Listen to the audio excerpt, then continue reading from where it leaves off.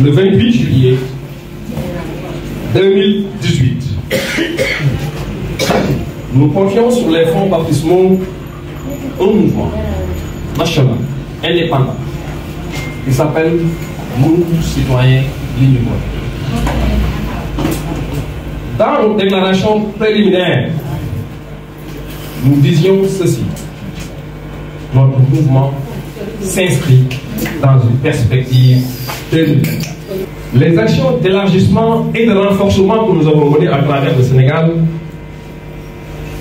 jusqu'à notre constitution officielle en parti politique, le 22 mars 2023, nous nous préparions à une contribution décisive à l'élection de notre candidat au soir du 25 février 2024. Le chemin fut long, parsemé d'embûches, car il fallait non seulement faire face à ceux qui ont essayé de nous anéantir. On a subi beaucoup de coups, énormément. On a résisté, on est resté debout. Mais il fallait aussi rester donc debout, quelle que soit la situation et les péripéties politiques. Sortir renforcé de ces épreuves, nous nous engageons aujourd'hui plus que jamais, résolument et sans ménagement, à la réalisation des changements qui s'imposent. En effet, nous devons relever le défi de la refondation d'une société fracturée par la violence et l'injustice, déchirée par un désespoir sans précédent qui jette notre jeunesse dans les méandres de l'océan et du désert.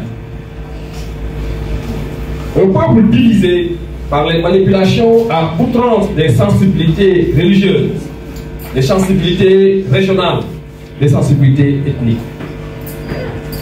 Les antagonismes politiques sont ainsi poussés à l'extrême. Jamais on n'a vu autant de violence dans ce pays-là.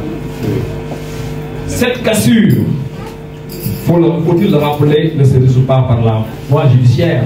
Donc les règlements judiciaires à outrance, la judiciarisation de la vie politique n'a pas de sens. Ni par la violence verbale, insulte, invective ou physique, mais plutôt par le débat public constructif, tel que nous l'a enseigné le président. C'est le sens de ce système-là, dit démocratique. Nous devons corriger les mauvais choix dans la définition des politiques économiques, introduire la rigueur dans la gestion des deniers, imposer l'efficience dans la définition et la mise en œuvre des politiques publiques. Nous devons apporter des réponses précises et urgentes aux crises institutionnelles et démocratiques. Il est clair que ce pays vit une crise économique, une crise institutionnelle et une crise démocratique sans précédent. C'est le défi majeur de notre temps. Et ces défis majeurs ne peuvent être différés et notre génération ne peut se dérober. Elle a l'obligation d'assumer son destin, de jouer son rôle avant-gardiste et de levain face à un monde en perpétuelle mutation. Nous avons surtout l'obligation de nous engager, de faire un choix, un bon choix, un choix judicieux, un choix objectif, un choix déterminant, avec comme seul et unique critère un Sénégal uni et prospère. Nous avons porté notre choix sur le candidat du Parti démocratique sénégalais, le président Karim Meïssa Wade. Pourquoi? C'est important de savoir. Écoutez-moi parler de Karim. Un candidat adossé sur un appareil politique, hérité du parcours élogieux et sans nul autre pareil du président de la République. Au cœur de tous les combats pour la démocratie et l'état de droit, fortement attaché aux valeurs humanistes, privilégiant dans ses actions quotidiennes la paix, l'unité nationale et la stabilité sociale. Le président Karim Meïssa Wade est un candidat qui a prouvé à la face du monde qu'il est bien possible de satisfaire un peuple exigeant aux aspirations de plus en plus complexes. Tout homme politique, tout leader politique, il n'est pas capable d'appréhender les questions socio-économiques en ces termes ne mérite pas l'attention des Sénégalais. Je l'ai vu travailler comme ministre, témoin, privilégié, chargé des infrastructures et de l'énergie, sans maquillage, ni autoglorification, et sans tentative de manipulation de l'opinion publique, à l'abri de l'arrogance et de la mégalomanie.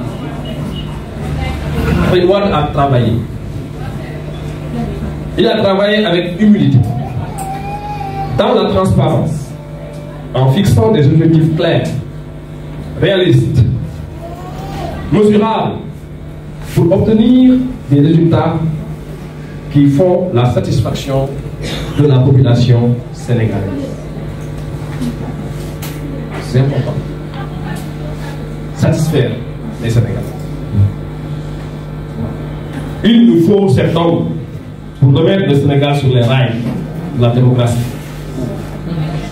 de la justice sociale et économique, du développement au grand bénéfice des populations laborieuses des villes et des campagnes sénégalaises dont le pouvoir d'achat, l'espoir et la foi en des lendemains meilleurs ont tout simplement disparu depuis très longtemps, trop longtemps. Face à un Sénégal des divisions, des fractures, des déchirures, des délations, des invectives, des détournements, des échecs, des manipulations, de l'opacité. Nous avons choisi le candidat du rassemblement,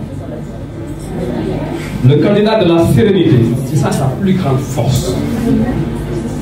Karim Wade il est impressionnant par sa sérénité.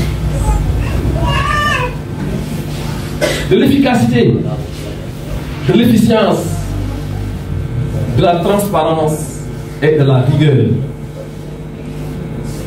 Les violences, les souffrances, l'injustice sociale, la pauvreté qu'on nous impose doivent connaître nos fins. Et ce sera avec l'avènement du président Karim en 2024.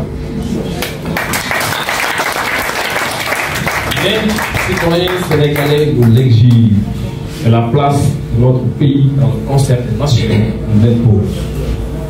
Face à la situation politique, économique, sociale des extrêmes, face à l'incertitude permanente et les séries de restrictions, on n'a jamais vu autant de restrictions en une si courte période de 2001 à maintenant. État d'urgence, couvre-feu, fermeture des mosquées, coupure de l'internet, fermeture du organe de presse, fermeture de l'école. Autant de restrictions que le Sénégal a vécu. C'est malheureux. Mais avec la synergie, la solidarité, l'unité entre le PDS et tous les membres de la prochaine coalition qui portera la candidature de Karim Wade, Karim 2024, Karim 2024.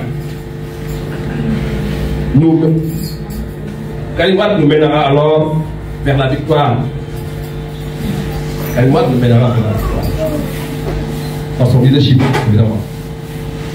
A compris avec précision les enjeux du monde et les enjeux du monde.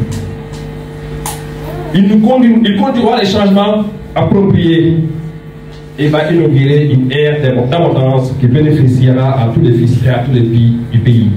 Notre destin commun de l'oublier, c'est notre conviction. Notre ambition pour le développement de Fatick, cette terre d'hospitalité, est à notre portée. Car son développement et sa modernisation restent notre priorité. Nous l'avons prouvé à suffisance. J'ai toujours démontré cet attachement à cette terre, étant formé et bien formé. Nous sommes là pour offrir à cette terre du Sud ce qu'elle nous a donné.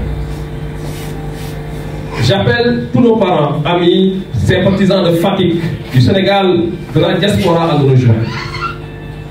Nous, citoyens Lignoupolais, militent en effet pour l'institutionnalisation d'une interaction permanente entre représentants, gouvernants et citoyens. Pour éviter les crises cycliques que nous avons vécues, les pertes de légitimité en cours de mandat. Cela implique nécessairement un citoyen engagé, un citoyen informé, un citoyen influent. Je l'ai perçu dans le discours récent de Karim Meïssa Wade. Cela implique également une élite politique à l'écoute des citoyens pour prendre conscience de sa valeur et de l'importance de ses apports potentiels. Ça aussi, je l'ai perçu dans le discours de Karim Wade.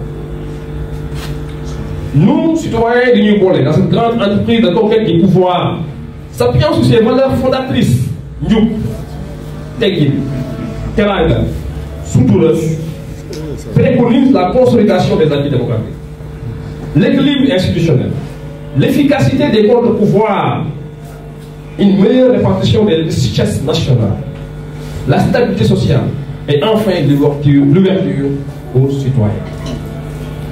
Nous, citoyens du New Bolé, sera partie prenante dans les combats à livrer jusqu'à la victoire finale.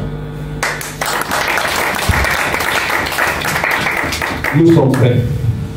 Vive Karim Meïssa Wade, vive le Parti démocratique sénégalais, vive nous, citoyens du New Bolé, vive le Sénégal dans une Afrique unie.